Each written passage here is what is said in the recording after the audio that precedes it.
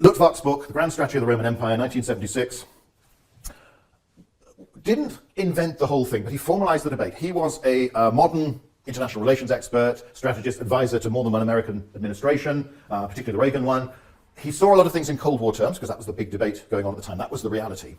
But he looked with an incredible depth and perception for somebody who was not a classicist or an archaeologist at the evidence that was out there, at the literature, at the patterns of distributions of forts, evidence for garrisons of different provinces, and tried to produce a systematic development of how the Romans controlled their empire. Now, he assumed that they were primarily defensive and that all this is about, in the imperial period, is essentially protecting what you've got with occasional additions of more territory. Now, there's obviously a basic truth to that because, looking back at those maps, the empire doesn't get that much bigger. Compared to the expansion of particularly 1st and 2nd centuries BC, when the Romans acquire a lot of provinces, up until the death of Augustus, they seem to expand a lot. Afterwards, it is occasional. Doesn't stop, but it is occasional. And if you look at the eastern frontier, which you can't really do in detail, there is a gradual extension of Roman directly administered territory. It keeps moving ever further east. Not by big distances. They never go and occupy Ctesiphon, Cilicia on the Tigris, the sort of heartland of the Parthian and then the Sasanian empires, even though those areas, particularly Seleucia, is probably the 3rd biggest Greek city in the world.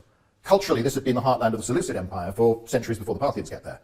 And culturally, you can see it as coherent. In many ways, it ought to be part of one empire, and yet, in the Roman period, it never is. It's always kept separate. But anyway, that's a good thing. Now, Luttwak's very methodical, very systematic, full of diagrams, we'll look at lots of them, provoked a very strong reaction. He got 2 reviews in JRS, which is very unusual. And then since then, I've put covers of a couple of the books on, but there's an awful lot of other stuff. A lot of this debate has been carried out through articles rather than books. But you had Dick Whittaker's Frontiers of the Roman Empire, that, again, it says in the subtitle, a social and economic study, rather denying the importance of empires altogether, seeing them not as places where they're boundaries, but more as areas for commerce across and this sort of thing, exchange. Ben Isaac, Limits of Empire, emphasized the Roman army as an occupation force, as a controlling force, looked very much with a particular emphasis on the Jewish tradition from the Talmud and elsewhere, suggesting that the Roman army was seen as a hostile invader, essentially, even for centuries, even when they're in a province for generation after generation, and that banditry as a form of rebellion was a problem in many areas, and then argued that